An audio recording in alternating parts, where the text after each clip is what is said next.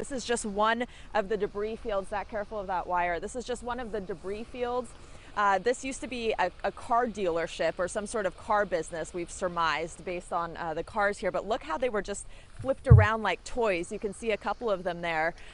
Just unbelievable. They're just hanging still kind of in place. It kind of gives you that eerie feeling of exactly how they landed when the tornado hit, and they just remain that way.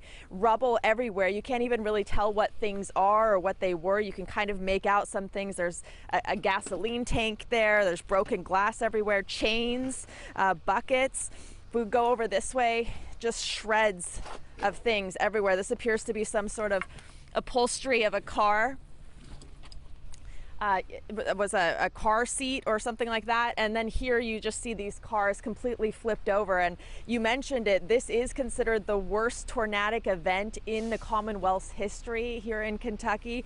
Governor Beshear breaking down several times while holding press conferences, talking about the ages of the victims, the youngest being just months old, a little baby girl, and the oldest in the 80s, I think 86. That candle factory really was ground zero. We talked to a family yesterday who lost their father, and he was actually a deputy who was supervising inmates on a work release program and actually rescued the inmates, saved them by getting them out of danger. They all survived, and he lost his life. He has 7 children, 7 grandchildren. We also know one of the other victims was a little girl who was last seen hiding in a bathtub, looking like she was excited to weather the storm, and she lost her life as well. It's just so tragic when you think about all the people, all their lives, the livelihoods, the memories that are now just complete rubble and dust. Let's walk over this way. Watch out for this post, Zach.